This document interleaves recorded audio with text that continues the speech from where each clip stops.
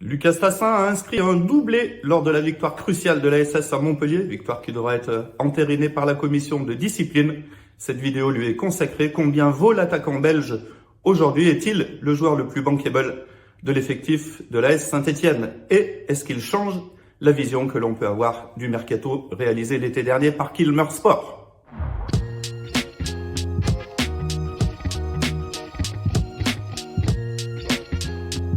Bonjour à tous et bienvenue pour cette nouvelle vidéo sur l'ASS. Je vous invite à la commenter, à la liker, pourquoi pas, à vous abonner à notre chaîne YouTube. Les Verts ne sont plus relégables, même si le résultat devra être entériné par la commission de discipline.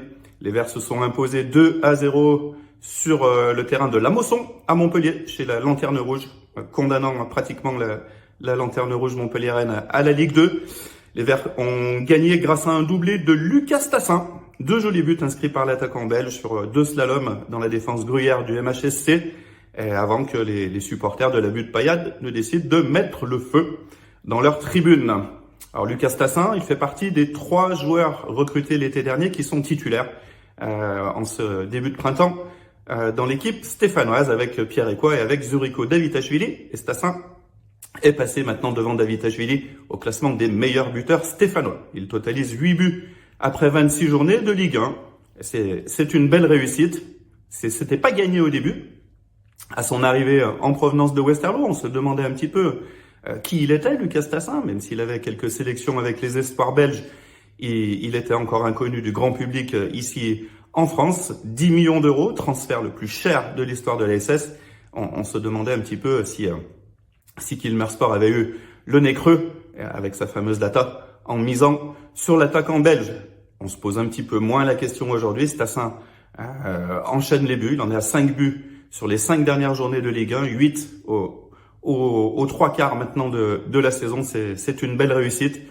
Pour sa valeur marchande, je pense qu'à l'instant T, il vaut 10 millions d'euros, aux alentours de 10 millions d'euros. Et c'est une valeur marchande qui ne pourra faire qu'accroître si on touche du bois, si le joueur n'est pas blessé. Il a jamais été blessé pour l'instant depuis le début de la saison.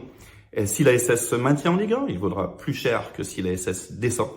Et surtout, si d'aventure, il venait à être appelé chez les Diables Rouges, la sélection belge. Alors pour sa première liste, Rudy Garcia n'a pas fait appel à lui. Il faut dire qu'il y a devant Tassin au poste d'avant-centre, 2 avant-centres confirmés, 2 buteurs chevronnés avec Loïs Openda et avec Lukaku.